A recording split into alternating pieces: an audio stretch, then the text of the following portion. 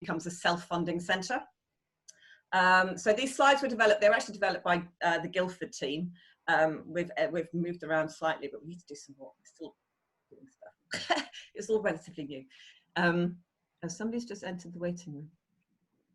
Yeah, don't worry.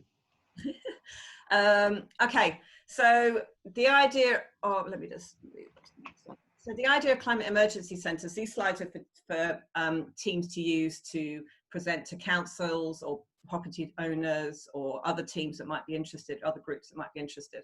So it gives a little bit of a background that we already know about the dire state of the climate and the ecological emergency, and how we are very close to a number of tipping points. And there was a recent article that suggested we may have already tipped over 9 of them. So yeah, we're in a bad place. And that a lot of governments are just not meeting even the Paris Climate Agreement, which wasn't enough anyway. So we are not looking good. It's pretty critical. Most places though, after XR's nice little rebellion in April last year, a lot of places declared a climate emergency. So most people will find that their councils have declared a climate emergency, and which makes things very easy because they then have to develop a climate action plan. Unfortunately for councils, even more so now with the COVID pandemic, they have had huge budget cuts and they are struggling. A lot of them are desperate for help with what to do to deal with the climate emergency in their areas. And they also have very little direct control over the emissions and things in their areas. A lot of them needs buy-in from residents and businesses to do things. It needs to be done with the community. They don't have the direct control over those emissions. How do you generate that? Well, the idea of a climate emergency centre is the next logical step, because it provides a focal point where organisations, residents and business can work together and look at how to address energy, transport, education planning, land use, waste management, just start to transition to where we need to be. It fits very much into the sort of transformative adaptation. I don't know if people have heard of that. It's a new thing that's developing. It's kind of slightly different to the deep adaptation. It's about rather than sort of sitting in and going through that, you also sort of sit and go, okay, what do we need to do differently? How do we need to change? What needs to happen now? And climate emergency centres are about providing a focal point for that process to happen. The CEC is designed to engage the wider community.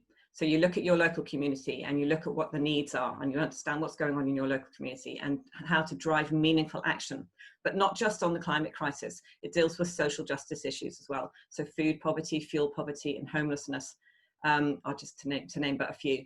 So the Climate Emergency Centre then can then be used for talks and seminars, workshops, circular economy resources, adaptation and resilience, skills sharing, co-op food schemes, time banks, veggie cafe, repair cafes, people's assemblies. So one of the things that the Climate Emergency Centre does is it's working in line with the Future Democracy, trust the people guys, you guys, to have, the idea is to have once a month have a people's assembly for the local community to come together and look at what's happening in the local community and the Climate Emergency Centre and feed into the Climate Emergency Centre about what the needs are, but also feed out to the council about what they want the council to do as well. So it kind of works as a way to go both ways.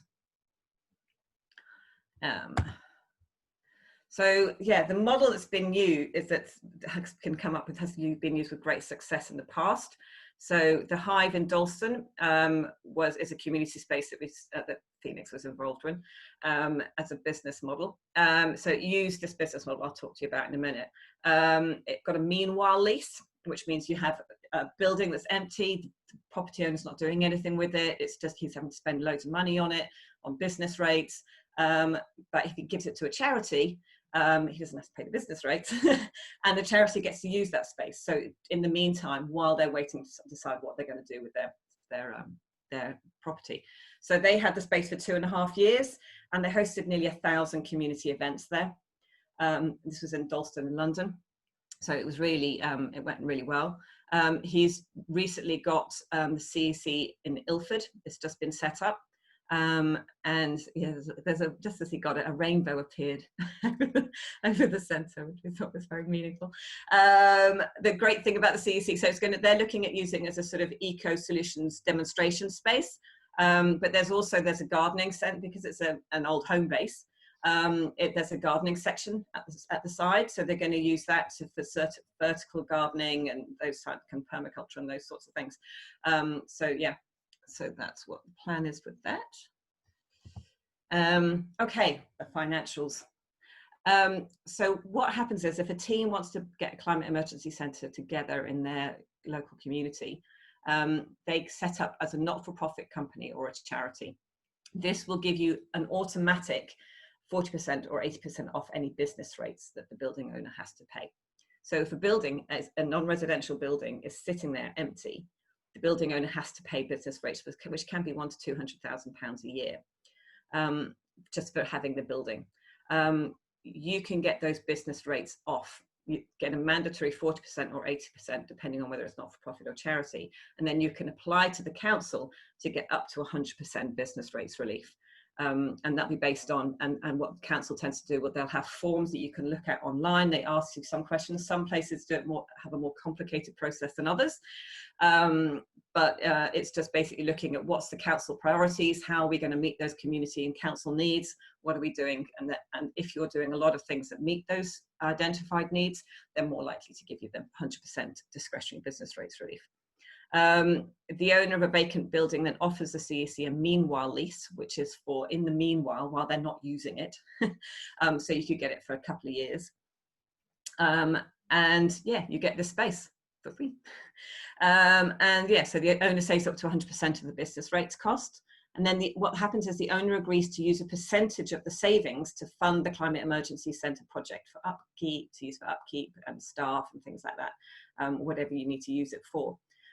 So you get a little bit back to self-fund. If there's less than 100% of the discretionary business rates available, then the owner will pay the remaining percentage, because they would have paid 200 grand. If they're only paying 20 now, they're going to be pretty happy. Okay, so for example, say a building owner pays £100,000 a year in business rates on a vacant property. The CEC obtains an 80% discount on business rates, which is passed on to the building owner. From that, the owner then pays the outstanding 20% of the rates, which is £20,000, but also contributes 15% of what he's saved, which is about £12,000 to the Climate Emergency Centre. So the Climate Emergency Centre then gets £12,000 in funding, and the building owner has saved £88,000. So he's very happy too. And not only that, the building owner then gets a building that's being looked after. It's being protected against theft and vandalism. It's saving him thousands of pounds, but it's also got 24-hour security and caretaker on board, and it's giving back to the community. So the local community that he is in, or has a building in at least, he's giving back to that. Yeah. And the benefits for the teams involved means you get you get a space in order to start generating income streams to fund other projects and build resources through events and space hire, the cafe, merchandising, whatever it might be. The teams and groups that come together and use the space then start to share resources and skills and knowledge with other like-minded organizations, and you can start supporting each other to grow. So you can start cross-fertilizing all the great ideas that are coming up in different groups, and they start kind of building upon each other. It's also about building community resilience, the core goal, and meeting local community needs to develop strong mitigation, adaptation, and support networks for the future crisis, or current crisis, as it is now. And lastly, so providing a space for the local community to gather, to connect with groups and organise for a sustainable future. I think from my experiences, a lot of people kind of know we're in a climate emergency. They just don't know what to do about it, or they've got so much else going on in their lives, they can't focus on it. So giving them a space where they can come together and start seeing what the solutions are and seeing how much their needs are actually met by meeting the needs of the planet. Those things kind of come together and are the same. Yeah. And last slide. I've whizzed through these, sorry. not to take up too much time. Yeah, so any groups can use it, all sorts of things, from Eco Cinema, Repair Cafe, Youth Strike for Climate, Transition Towns, BAME groups, Women's Empowerment, Extinction Rebellion. This is not an Extinction Rebellion specific project, it's about any group, all groups coming together. The main thing is it's building an alliance and network across the town, so anyone else offering solutions to tackle environmental degradation, our failing economic system, or making a stronger community can then come and use this space. So like I've got a little team happening, all women, in Farnham at the moment, and where I live, it's a craft town. We've got an arts university, so a lot of what we're going to be doing is going to be around those craft skills and repairing and mending and making and those kinds of things. So every community centre, climate emergency centre, will be different depending on where you are. So because every community has got different needs. And the great thing about climate emergency centres is they get to be specifically meeting the needs of that local community. So yeah, I think that's about me done. Shall I stop sharing? Oh, super, Ruth. Thank you so much for popping in at the last minute and talking us through that. That was so inspiring. Yeah, climate emergency centres, they are just magic. Like my local XR group in Staines in North Surrey, we're starting one. We've got an old William Hill in the town centre that's been boarded up for ages, and they're letting us take that over. And so we actually went to visit Phoenix at the home base, well, it's not home base anymore, in Ilford to get some inspiration.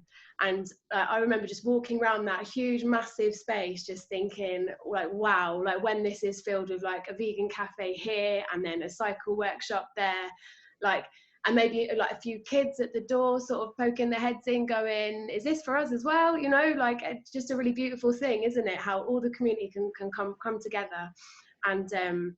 And like Phoenix has a really nice metaphor for those centres. He calls it's like a fire station for the climate and ecological crisis, which is a beautiful way of putting it, you know, and it's a fire station for any kind of crisis. And I was also thinking about a Black Lives Matter event that we had in Staines, and I was thinking, if our climate emergency centre had been open when we had that event, like how amazing would it have been to be able to say to all of the people on that protest, like, come back and have a cup of tea and a piece of cake, and let's keep these conversations going. Let's see like what all this energy and protest develops into now that we've got a space for those relationships to be built. So kind of the biggest benefits of a climate emergency centre, they're really intangible. It's just about humans connecting, and yeah, amazing stuff. So we'll send you out all of the resources and everything that you need to start your own one in your follow-up email. So yeah, look out for that. We're now going to take a look at some examples of incredible community initiatives, and you'll notice a common thread running through them. It's someone gets chatting to somebody else and then an idea takes off. So this first one, this story starts quite sadly, actually. So there was this man who was inspired by a really tragic true story that he read about in the paper. Some of you might remember it, actually. Just a really shocking indictment of how our society is that such a thing can happen. So there was a woman who was found dead in her flat, and nobody found her for 7 years. She was on the downstairs flat, and there were windows open, and no neighbours came and checked in to see if everything was okay. And the first people who came and knocked on her door turned out to be bailiffs, because her bank account had finally gone into the red. So this man, Leo, was thinking about that story when he thought about his own community in northwest London, and he thought, if I suddenly wasn't around anymore, like, who round here would come knocking for me? And he thought, right, no one. But that was before he started community organising. So this man, Leo, and he's Boris Johnson's brother, but don't hold that against him. He had a cricket injury, injured his tendon, and he had to start walking again from scratch. So he spent a lot of time hobbling around the local park on his crutches. And bit by bit, he started saying hello to a few people. And then one day he noticed that there were grapes growing in this park in London, amazingly. And he said to one older Italian man who he'd seen a few times by then, don't suppose you know how to make wine? And the Italian man said to him, the soles of my feet are still red from pressing the grapes as a boy. And with that, something started. So the two of them started gathering all of the grapes from the neighborhood, and bit by bit, more and more people started to come and join them.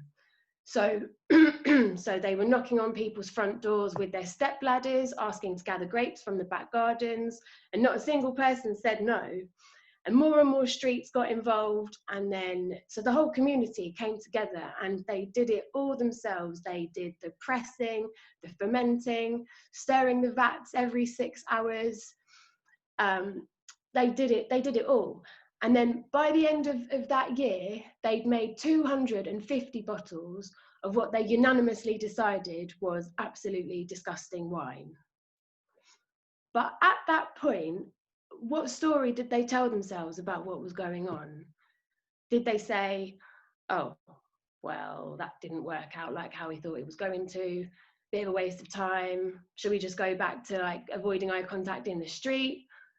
No, the following year, they made another 250 bottles of slightly better wine. I think someone told them to add more sugar to it or something. And then they even added a line in plum liquor because the local police station had a plum tree outside.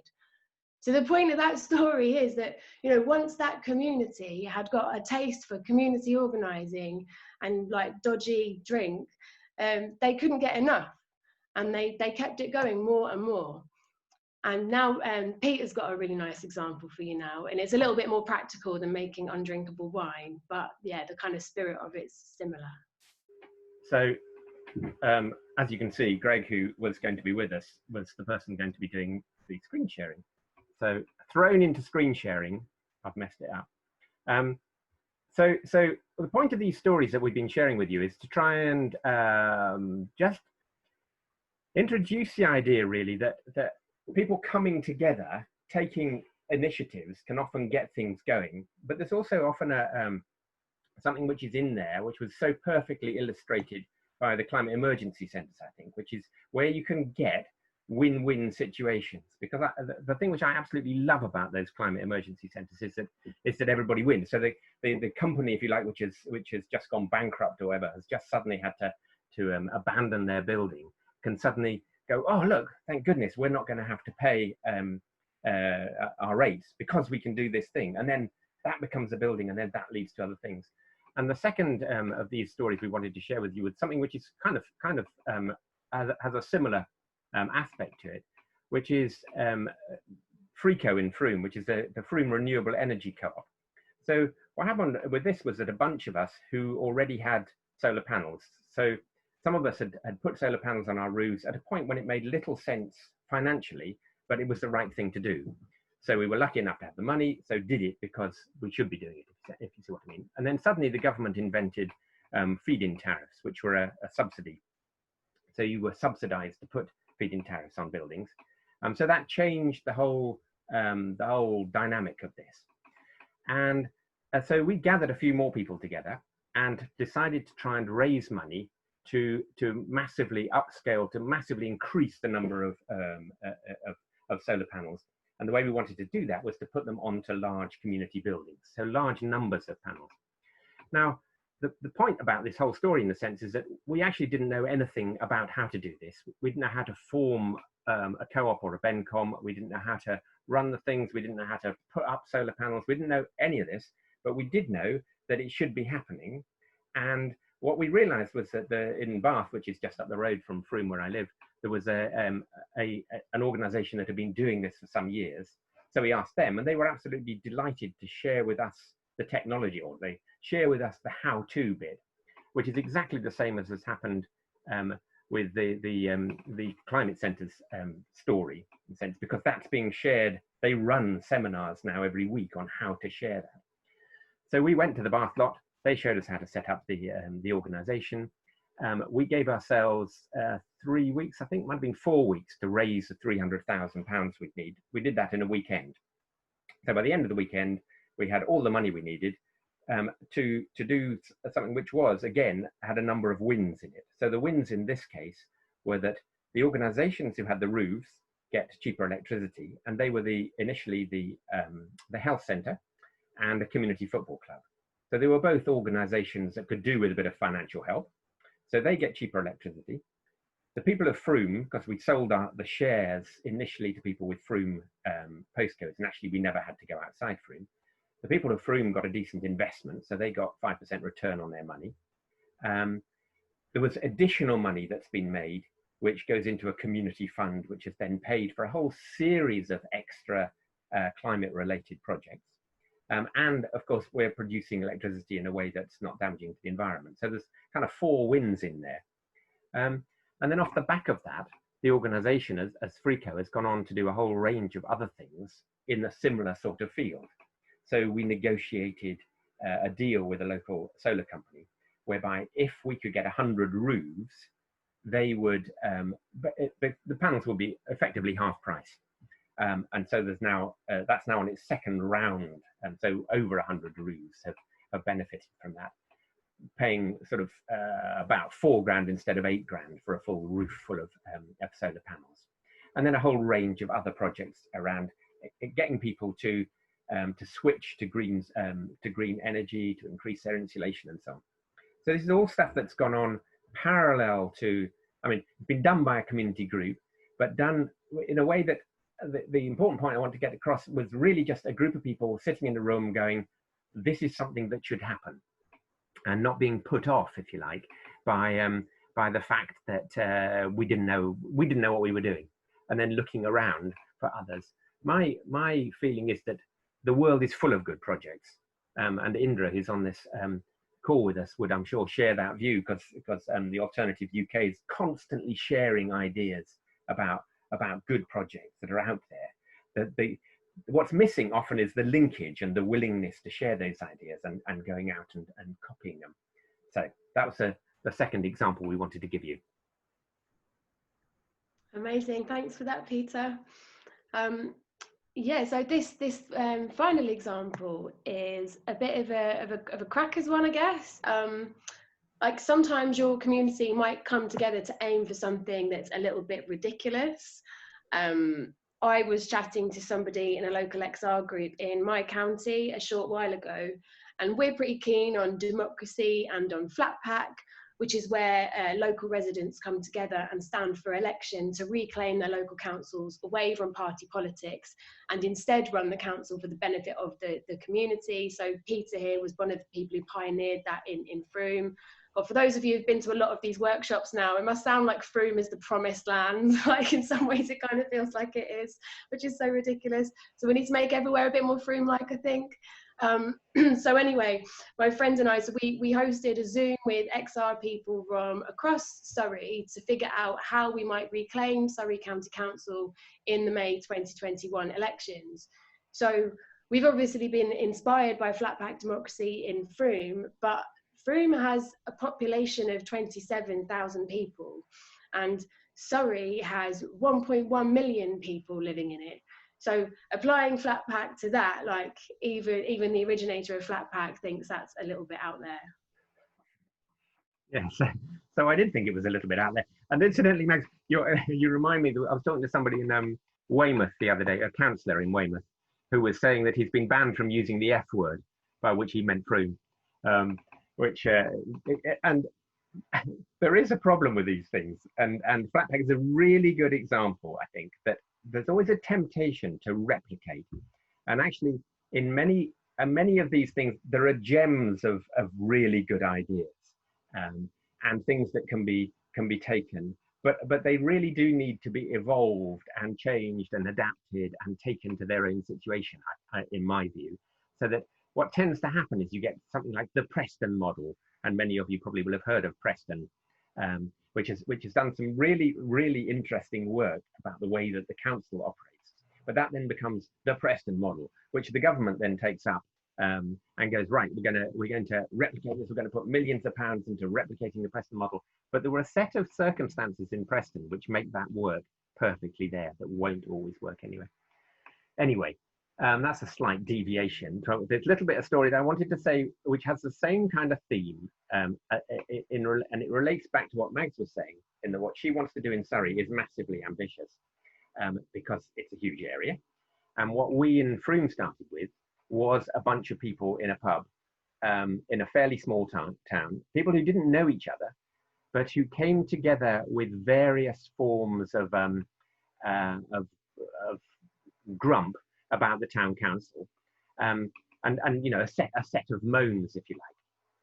And underlying that was a feeling that the town council was not ambitious enough to take us into the choppy waters of austerity. This is 10 years ago, when we could see, some of us could see that it was going to be really necessary for this level of local democracy or local engagement to be much strengthened. Anyway, we were sitting there. In my case, I came there from environmental background. I've been running the Transition Town group, and so I came to the town council asking them to what their policy on peak oil and on climate change was, and I was told that they had a park, and that was basically, that was it. There was, you know, there was absolutely no question of going beyond the park and the allotments.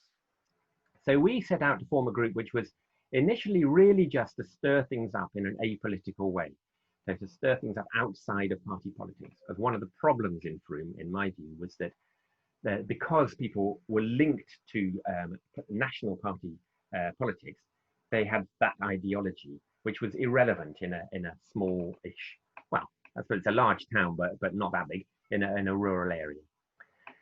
And what we realized is that in order to work together, we needed to have a common ethos, what we called our ways of working, a set of values about how we would behave together. And personally, I think that that's incredibly important, whatever one is forming a group to do. That often what happens is that groups fall apart because they haven't decided that. They haven't worked out how they're going to behave together as a set of individuals.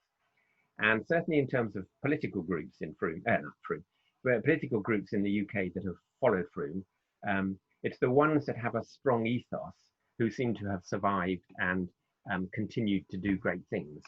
Ones which have only a platform, if you like, that they've decided they're anti-Tesco, or they're going to do something. If they have a manifesto, if you like, of actions, but not that agreement, they tend to fall apart.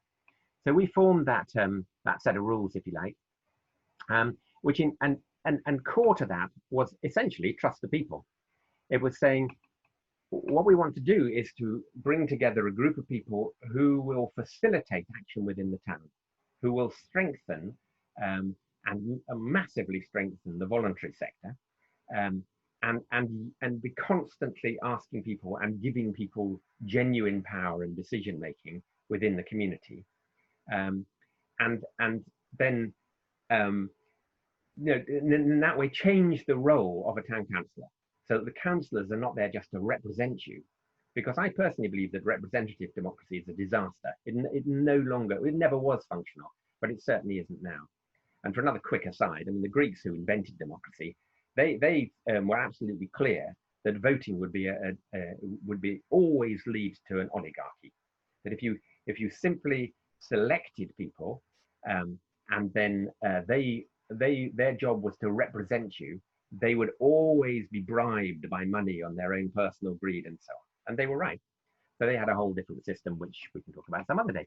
Anyway, so what we set out to do was to massively increase the levels of participation and to genuinely increase, bring people in. And as I say, what that means really is trusting the people.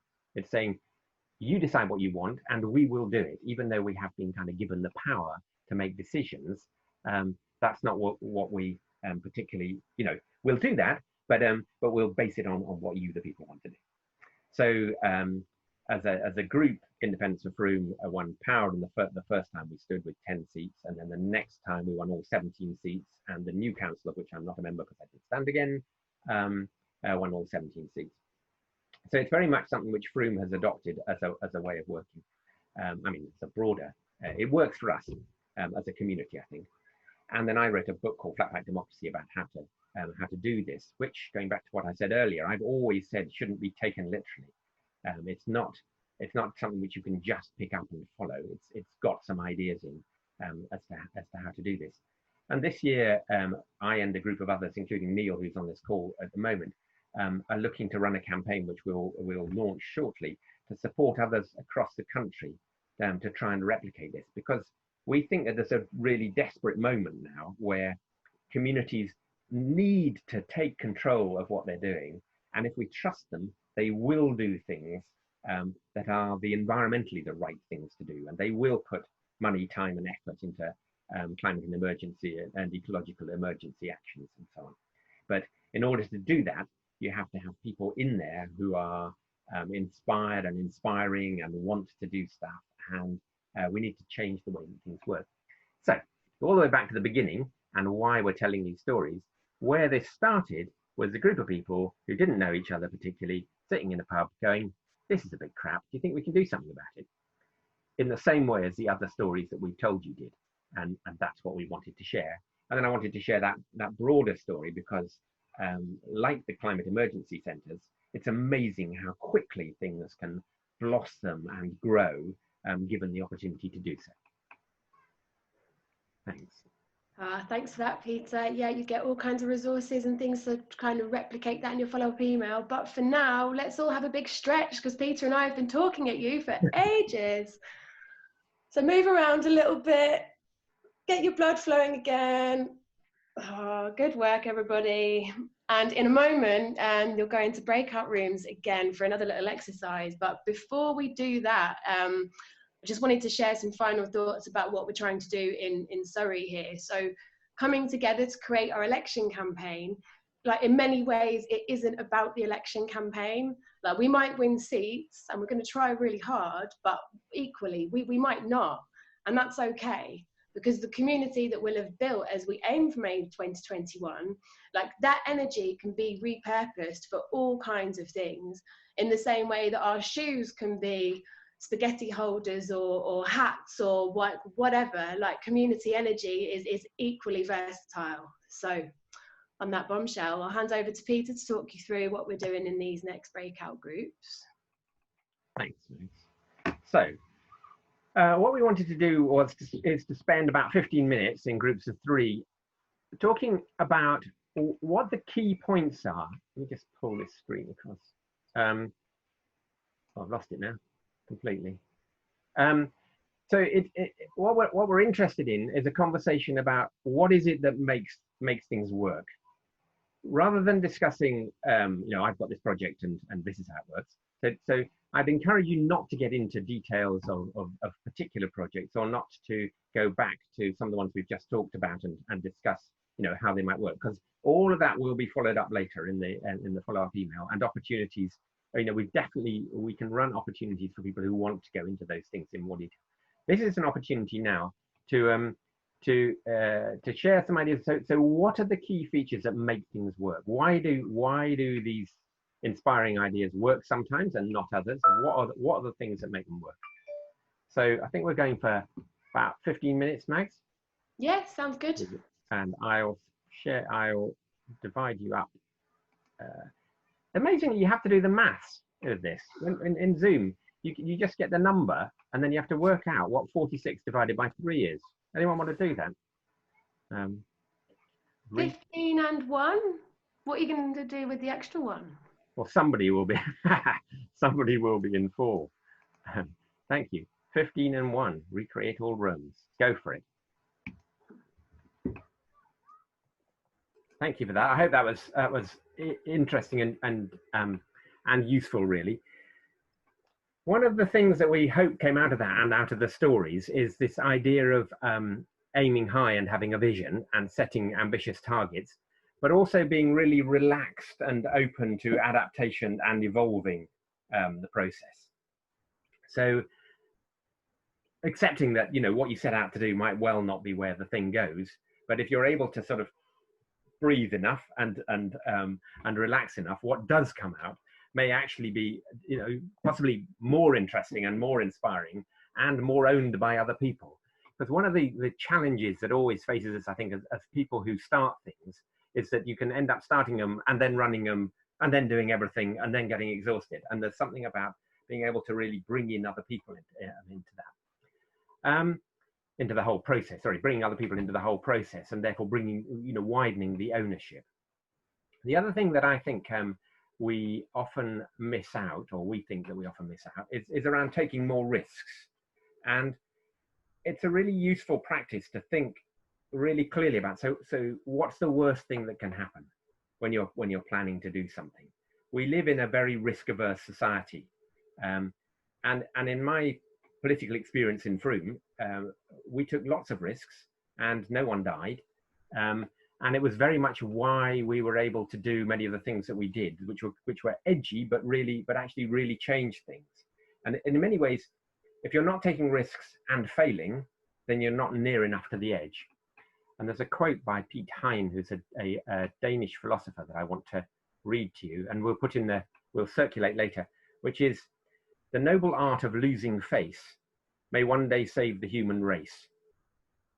The noble art of losing face may one day save the human race," which is more specifically, it's kind of about taking risks in one sense, but it's also about admitting to them. And our society, particularly our political society, is so averse to that. And for those of you who are old enough, it's like Mrs. Thatcher's, "This lady is not for turning." The one thing you must never do is to be seen to change your mind or to go back on something that you're doing. But I think that's really, it's a real problem. We need to be able to do that and to adjust and change. And so we're going to share with you a couple of quick stories to illustrate a point, and then do a little bit more work together in groups around those sorts of ideas. Yeah, so like the idea of if you're not failing, then you're not putting yourself out there enough. There's one particular story that's really caught fire amongst a lot of people in Trust the People, because it's such a lovely example of just being brave and going out and doing something, even if it doesn't work. So there's somebody, she started running a litter pick in her street. And so she held it every Saturday morning, and no one would come. Like once or twice, maybe 2 or 3 people did, but more often than not, it was her on her own with a litter pick, and she just kept on doing it. And there's just something about having is it chutzpah? I don't know how to say that word, but I think that's what I mean, of just going out there and trying something, and then like not waiting for everybody to come and join you in the safety of a team, sometimes just going out and doing it anyway. And this story has been shared across a few different sort of spaces and workshops now, and lots of people in Trust the People have now sort of run off and done their own community litter picks, inspired by the "it's okay if nobody comes" thing. I think that kind of shifted things for people and meant that people felt a lot safer just to do it anyway, because they're not hung up on, well, it's only going to be worth doing if 25 people turn up. Like that can be really put the brakes on good projects coming up. So yeah, if you all run out and do litter picks, great. And I find myself often asking, when somebody's run something, the first question I'll ask is how many people came, and it's the wrong question in a way, isn't it? And the other final story we wanted to tell you is that in that respect is that as I mentioned, I ran the Transition Town group in Frome, and at one point we had a series of films. Every week we showed a film, and I set those up. And at one point I went on my bike with a screen and a projector and speakers, balanced down into the valley of Frome, up the other side, set all this up in a room above the pub, far side of Frome, to show this film that was on the programme. And one person came. And we sat there and went, and she said, "Look, we're both here, it's all set up, can we watch the film? I'd really like to see it." And we watched it together, and then we went and had a drink, and she became really sort of central to the way that Sustainable Frome, the Transition Town movement, ran. And there's something about that, looking for quality rather than numbers. And I think, again, our society tends to focus on quantity so often. And actually it's quality that matters, and having 1 or 2 people, constantly coming, and then that growing, and that small number of really dedicated people can be what you're really looking for. And linked to that, it's not quite the same. There's another quote I wanted to read you, which I really like, and I probably pronounce his name wrong, but this is from Václav Havel, the Czech poet and then president, who said, "Hope is not the conviction that something will turn out well, but the certainty that something makes sense, regardless of how it turns out." Hope is not the conviction that something will turn out well, but the certainty that something makes sense, regardless of how it turns out. So it's that doing it for the right reason, you know, and not being too worried about what's going to happen. It's incidentally, it's kind of underpinned running these workshops in a sense. I think I don't think any of us knew whether there would be 5, 10, or 15 people, or indeed 50, here on a Thursday morning. But it's the right thing to do. Let's do it, and you know, let's see who turns up. So we're going to do one more thing in groups before we finish, which is around what it's problem really. In the script it says failures, but in a sense that's not what we mean. We want you to have some opportunity to talk about together about things that you've done where you set out to do one thing and then something else happened, and the something else that happened was of particular value, or you know, and as I say, it might be a different value. So that's the offer. Mags, remind me how long we were going to do these for before I set the rooms up. Oh, I would say if we do groups of 3, shall we have maybe 11 or 12 minutes? Perfect. Okay, groups of 3 for 12 minutes I'll set up. So the idea is that you're sharing, again, be as sharing as you want, and they don't have to be particularly around a project. They could be about something personal or anything else that you want. You won't have to tell anyone afterwards. So, but what we're looking for is again, what's kind of behind. How do you get to that point where you're going into something with a plan and the plan doesn't work? How do you hang on in there and find the inspiration to keep going and take that through into something which actually does that really does work? I need to recreate these rooms. Are we still 15 plus 1? Thanks. Yeah.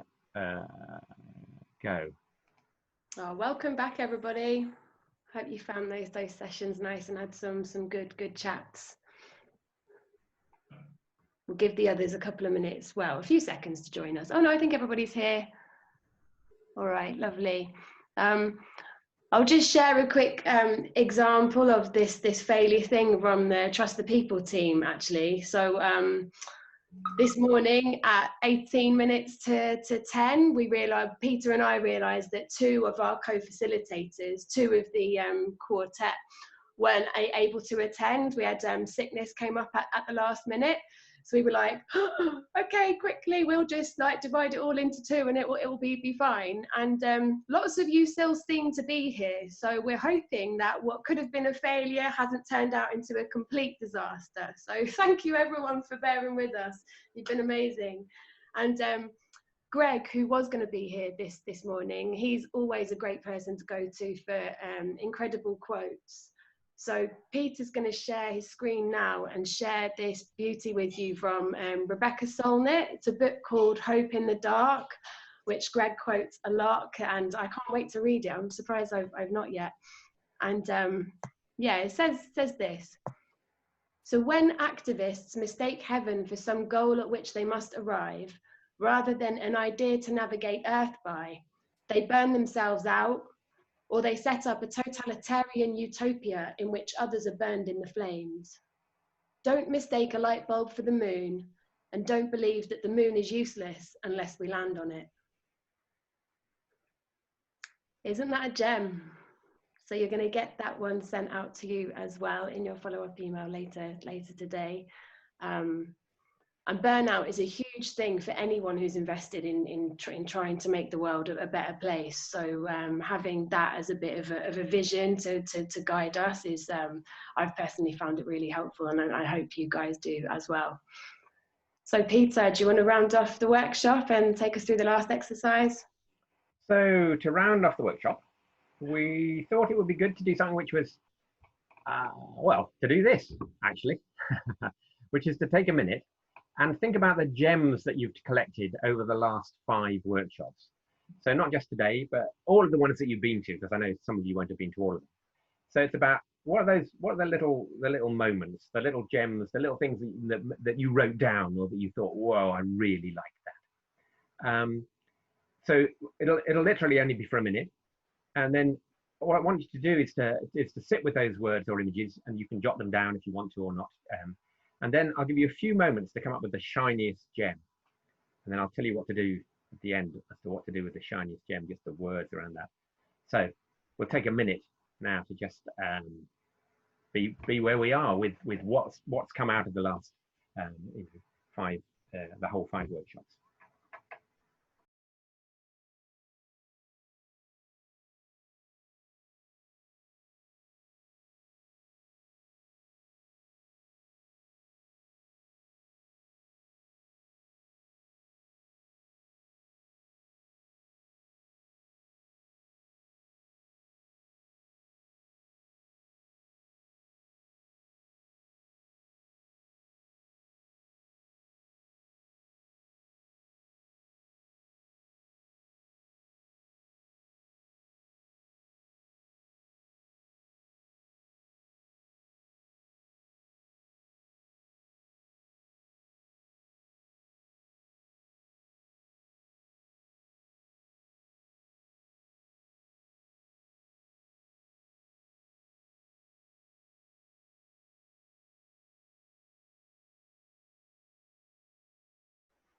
No, thanks. A minute is such a long time, isn't it, when you do it like that? I love it. So now what I want you to do with that shiniest gem, that little bit, is to write it in the chat, but don't press enter. Okay, write it in the chat now, but don't press enter. And then I'm going to do a little countdown, and then you can press enter, and we get this shower of gems with which to finish before a final few words. Okay, 3, 2, 1, hit enter.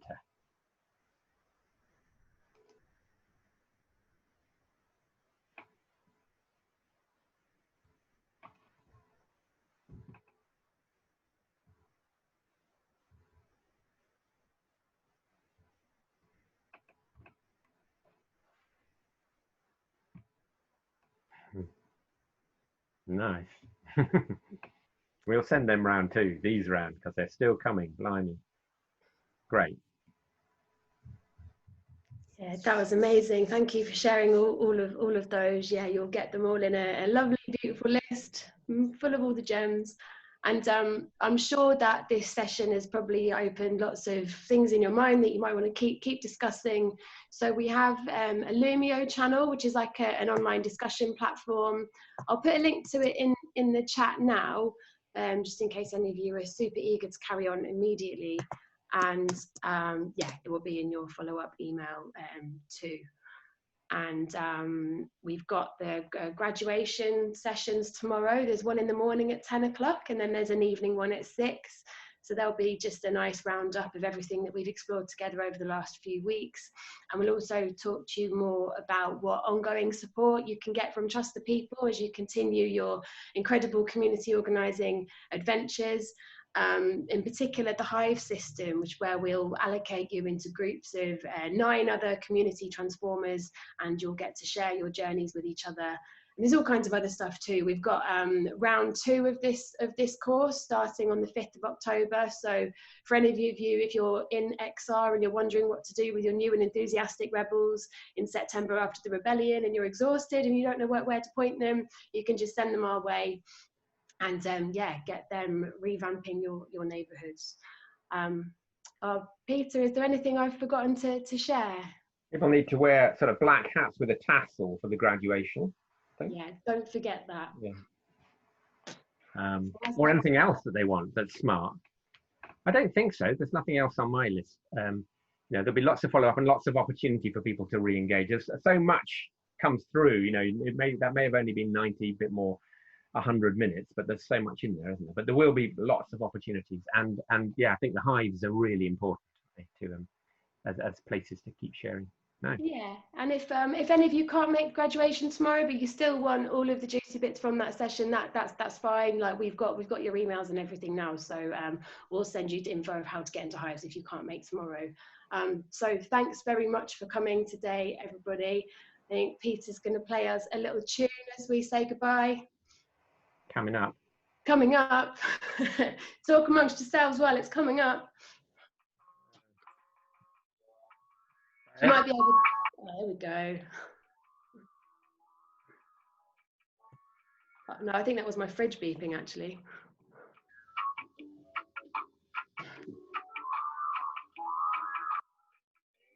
Right, bye everyone, big love.